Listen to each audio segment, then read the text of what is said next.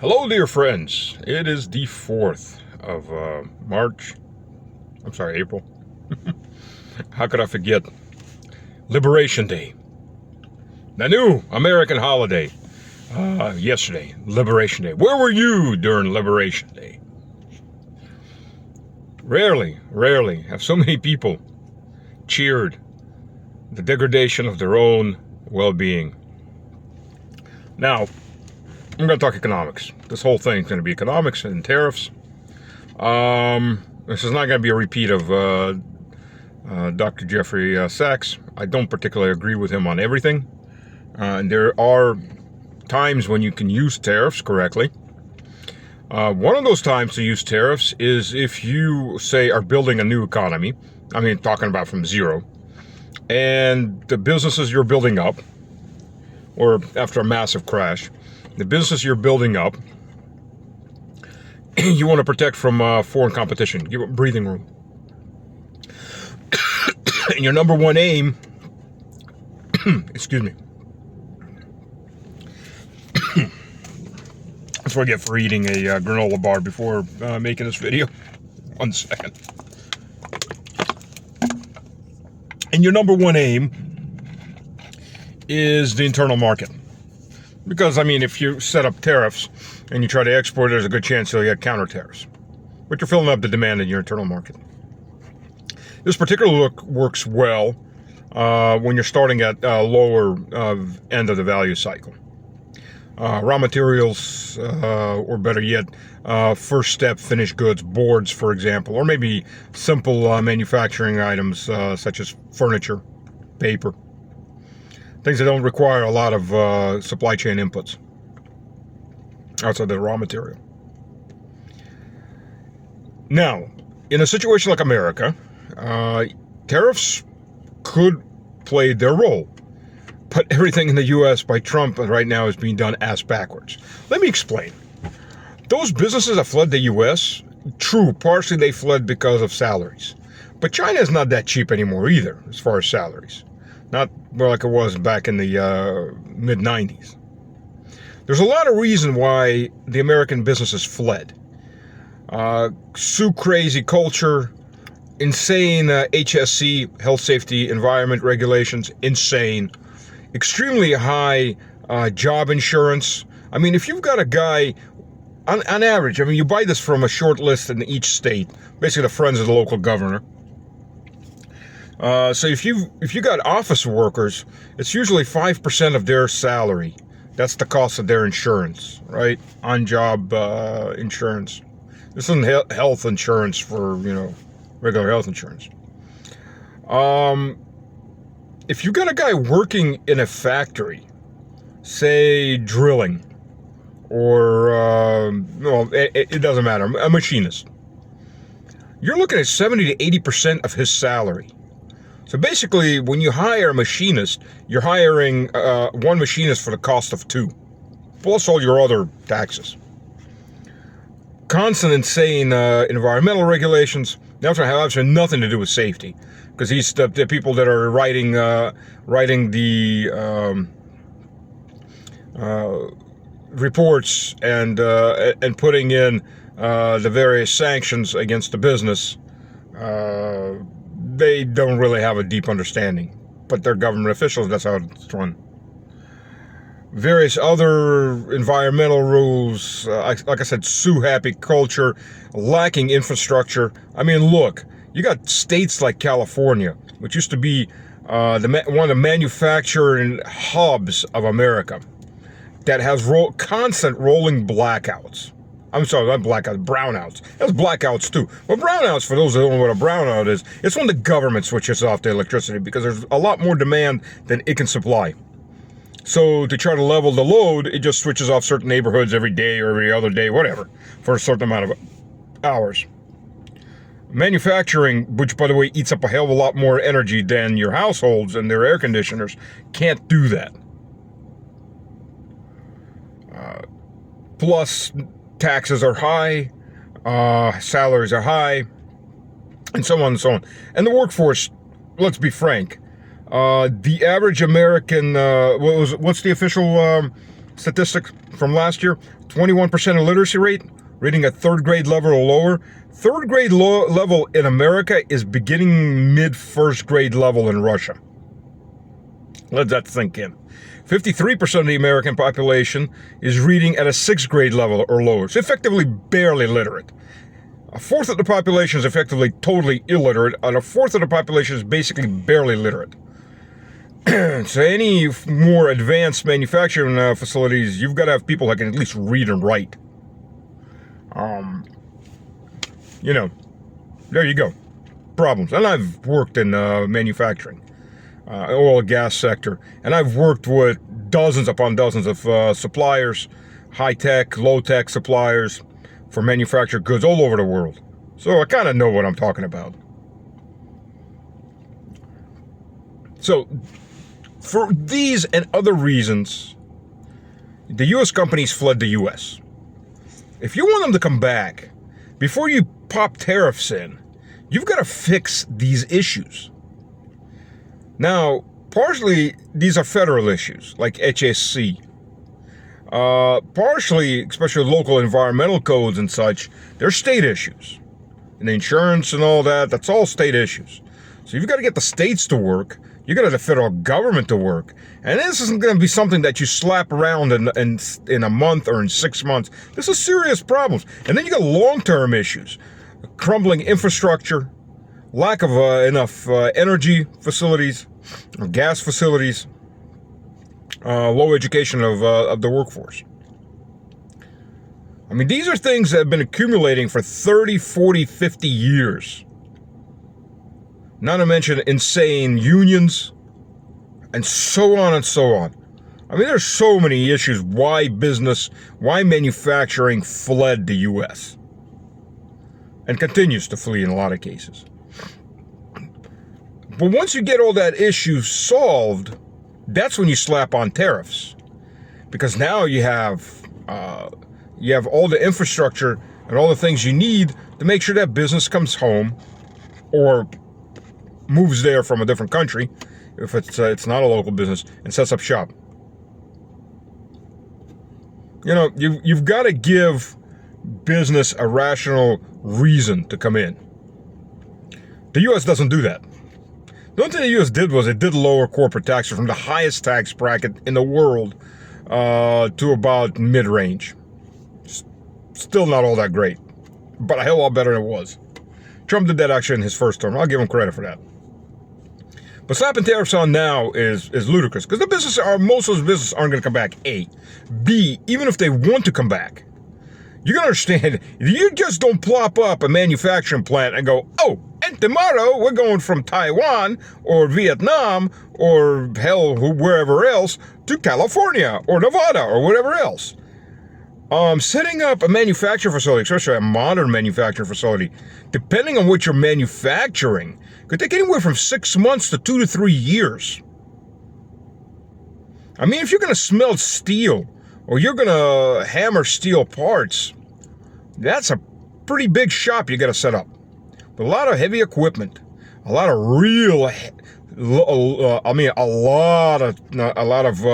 concrete.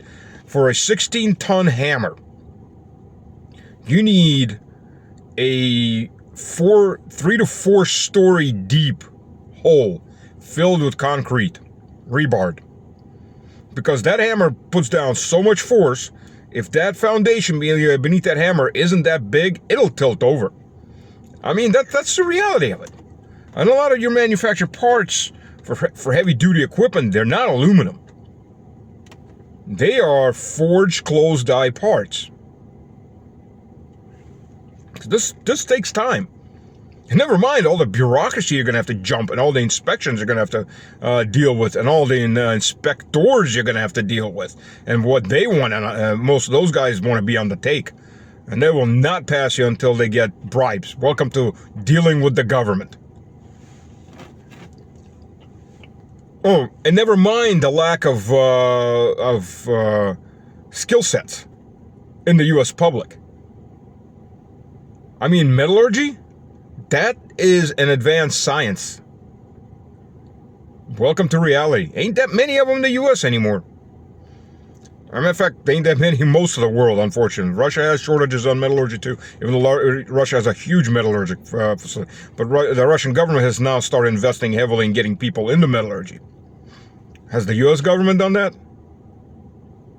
I mean, hell, the UK just closed down its last 2 steel smelters. That's it. It can't smelt steel of any kind. Unless they're doing it in a backyard, like the Great Leap Forward. Oh, that was an idiot move on Mao's part, but okay. It cost a lot of people's lives too, because they were starving after that, because they were smelting cheap steel in everybody's backyard. Not a that was one of those. We'll slap a bandage on a big hole. That's what Trump is doing with tariffs. But he's going to make money. He will, as the government, the U.S. government will make money. But it ain't going to be from the manufacturers, buddies. Little buddies, welcome to reality, how shit works. First of all, the manufacturer isn't going to swallow any of this. It's not his duty. He will give you the same part for the same price. Here you go. You were buying this ziggity-zaggity from me for $5. It's still $5. The middleman or the end customer, depending who's the importer, gets slapped with the tariff when that ziggity-zag comes into the U.S. on the ports. He's got to pay. Ain't going to be the manufacturer. Unless it's the same company that owns the manufacturing facility, it ain't going to be the manufacturer. Then what? Do you think these corporations are going to swallow the cost? They may have to swallow a little bit of it. Especially if competition's fierce. But it's going to get passed down to you, the end consumer. And here's another little shock for you. Do you think the U.S.-based manufacturers say they don't import any parts? It's all U.S.-made. You think they're not going to take advantage of this? So, okay, let's say your competitors are a third or half the market, are Chinese, Indian, whatever, it doesn't matter. They're importing. And now they're having to pay 20% more for their goods. And I'm just sitting here and going to go, oh, well, you know, I'll be 20%, whatever I was cheaper at before, I'll just be 20% cheaper. Out of the goodness of my heart. Yeah, right. Yeah, let's switch on the brain. It doesn't work that way, ladies and gentlemen. What the American producer is going to go, I'm still going to be cheaper than him. He's 20% more expensive now. Let's raise prices 17%. I'm still cheaper, but I'm a lot more expensive than I was before. Welcome to reality of business. Big business, medium business, little business. That's how it runs. Supply chains, ladies and gentlemen. You do understand, well, most people don't.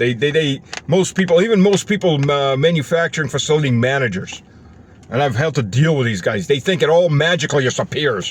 One day I walk in on a Monday and all the things we need just magically appeared because the elves over the weekend put it all together and put it in crates right for me. No. Unless you're dealing with base raw materials, and even then it takes time. Any manufactured subcomponents are going to take time to set up. You get a new manufacturer in your supply chain. He has to be tested. Never mind negotiated. You got to do inspections, audits, and if you're doing anything with any kind of quality that you're trying to keep up, instead of just slap tap, I'll sell it today and be gone tomorrow. If you're doing anything long term, you're going to be auditing that supplier. You got negotiation with a supplier. You're going to be taking samples to your lab to test of their materials, or whatever they're manufacturing. It's not your manufacturing. Then you're going to start working on your designs with them. And then you're going to be testing small parties to make sure that it's properly manufactured. And then you're going to start running into larger batches and larger batches. All of that takes time. In the steel industry, getting steel subcomponents, so these are forged or cast steel, various alloyed steel parts. Set up a new supplier is a year and a half. That's on average. If you want to keep quality, and make sure you keep quality, it's a year and a half.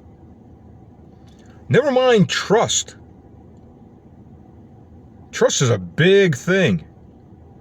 you don't just run away from your suppliers that you've got a relationship with, that they were closely with, and you go jump into some new supplier. A lot of American companies tried that, and they all got burnt. You try to jump whatever who's a little bit cheaper, and what? And you get screwed. And most American companies have international supply chains, logistics contracts, and so on and so on. This isn't something you switch over that easily. And on some issues and some subcomponents, that may be the only supplier in the world, or something damn well close to it. Guar is an example. Guar is a pea, a very specific kind of green pea. It grows, for one reason or another, really only in India, and is a prime candidate for the oil and gas industry, for paint, as a thickener, same thing for food. You're screwed. That's the only place you're going to get is India. I mean, there may be a dozen companies growing it or selling it, reselling it, manufacturing from the raw material, but you're still stuck with India. You can't go anywhere else. So guess what? Tariffs are tariffs, baby. That you're swallowing whatever that damn cost of the Uncle Sam, or in this case, Uncle Trump, is shoving down your throat. And that's getting passed on to all your consumers. The end consumer will pay more. You ain't getting around this one. Because everything's been done ass backwards. But it makes good politics. I mean, the people are cheering it on. It's our Liberation Day, baby! Yeah, liberation from your wallet's contents. Your life is going to get much more expensive. Probably as soon as the next orders are placed or are arriving, depending on the contracts. But really, it's going to be the moment that these orders that are in transit are arriving or getting processed at the ports. Because, you know, I doubted they retroacted it to at least cover the shipments that are in route. Probably from, yesterday, it's all in effect now. And whatever comes in board. So there you go, maybe. Oh, and then there's countersanction. You see, when the Chinese countersanction U.S., the main thing they're buying from the U.S. in volume is foodstuffs. Well, one of the biggest agricultural powerhouses in the world is called Russia, just north of China. And the last time Trump played this game, our company's got a hell of a lot better inside of China, from almost zero to a decent 10-12% share of the market. And they're going to be growing it. I mean, it got to the point where two Russian huge hog farm and hog processing plants opened up on the Chinese border. Better quality, no gene mod. GMO is illegal in Russia, and it's just across the border. You just got to ship it across one bridge across the Amur River, and it's in China, as opposed to, the Pacific. So that's how it runs. And once those relationships with those Russian suppliers are made, those Chinese suppliers, those Chinese companies that are buying that product, whatever that product may be, pork or soybean or whatever, they're going to be not really interested in coming back to a unstable group of suppliers into their east. That's how it runs. That's how it runs. Welcome to real economics. So while everybody's cheering, I hope you got some money saved aside, because your life's about to get a hell of a lot more expensive. Again, there are times, improper times, to use tariffs. But this is a hard effort and not a quick win. It doesn't work that way. It's investment in time, energy, and a lot of work. Everything that Uncle Sam doesn't like to do and doesn't know how to do and won't do. So you get what you get. Have fun. God bless.